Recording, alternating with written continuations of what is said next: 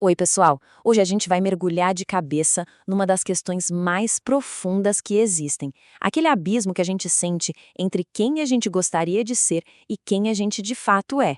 De um lado, sabe, tem aquela busca por um propósito maior, por dignidade. E do outro, a realidade, que muitas vezes é cheia de conflitos, de falhas. E é essa a pergunta que vai guiar nossa conversa. Sabe aquela sensação de que, mesmo com toda a tecnologia, com todo o avanço, tem alguma coisa, sabe, fora do lugar? Algo fundamentalmente errado com a vida e com a gente também? Pois é, essa inquietação parece que não vai embora. Vamos tentar entender de onde ela vem. Para a gente conseguir entender esse dilema, precisamos ir direto na raiz do problema. E a teologia cristã nos oferece uma ideia muito poderosa para explicar essa tensão toda. A de que nós fomos criados com, digamos, design original, uma dignidade, que em algum momento da história se quebrou. Ok, vamos abrir esse conceito aqui. A ideia de imago Dei, ou imagem de Deus, é o nosso ponto de partida. O que ela diz é que todo ser humano já nasce com um valor que não depende de nada, um propósito, uma vocação para se relacionar com Deus, com os outros, consigo mesmo. É como se fosse a nossa configuração de fábrica, sabe? A nossa dignidade não vem daquilo que a gente faz, mas de quem fomos criados para ser. E aqui está o ponto de virada da história. Esse estado original, essa integridade, não ficou intacta. A teologia fala de uma queda, um ato que corrompeu essa imagem.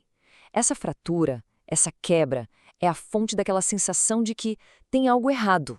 Agora, o que é bem interessante aqui são as consequências práticas dessa quebra. As fontes que a gente está analisando descrevem 3 tipos de distanciamento, de alienação, que estão totalmente ligados. Primeiro, um afastamento de Deus, que é a nossa fonte. Isso leva direto para o segundo, um afastamento das outras pessoas, que gera conflito, desconfiança. E, por fim, a gente acaba se afastando de nós mesmos, perdendo o sentido de quem a gente realmente é. E essa citação, nossa, ela é fantástica, porque traz um ponto de esperança. Apesar do estrago ter sido grande, a imagem original não foi totalmente apagada. Ela está danificada? Sim. Corrompida? Também, mas não foi destruída. Pensa num vitral antigo que se quebrou. A imagem fica toda distorcida, mas os pedaços de vidro colorido ainda estão lá, e é porque ela ainda existe que a restauração é possível. Certo, agora vamos mudar um pouco a lente. Vamos fazer uma ponte bem interessante aqui. A psicologia analítica de um cara chamado Carl Jung nos dá uma linguagem diferente, mas que descreve esse mesmíssimo conflito interno. É uma ponte entre a teologia e o jeito que a nossa mente funciona. O Jung deu o nome de sombra para aquela parte nossa que a gente esconde, muitas vezes até de nós mesmos, sabe? Nossos impulsos, nossas fraquezas, tudo aquilo que não combina com a imagem de pessoa legal que a gente quer passar. Fazendo a ponte com a teologia, dá para ver a sombra como a cara psicológica da nossa natureza corrompida. E o perigo, como o Jung dizia, é ignorar essa sombra. Ela não some, ela só cresce. E do outro lado da sombra, o Jung fala do self, e é com S maiúsculo mesmo.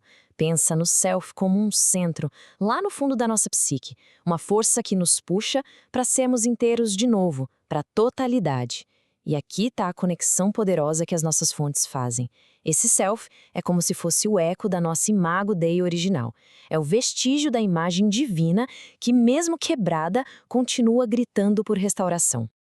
Então, como é que a gente alcança essa totalidade? Basicamente, temos 2 caminhos sendo apresentados. De um lado, o processo de individuação do Jung, que é uma jornada de autoconhecimento, de encarar a própria sombra, de se tornar completo pelo próprio esforço. Do outro lado, a santificação cristã, que também é uma transformação. Só que aqui está a diferença crucial, o agente da mudança. Não somos nós que nos salvamos, é a graça de Deus que nos restaura.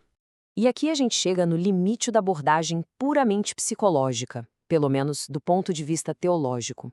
O self, por mais que ele queira ser inteiro, está preso na mesma condição fraturada que ele tenta consertar.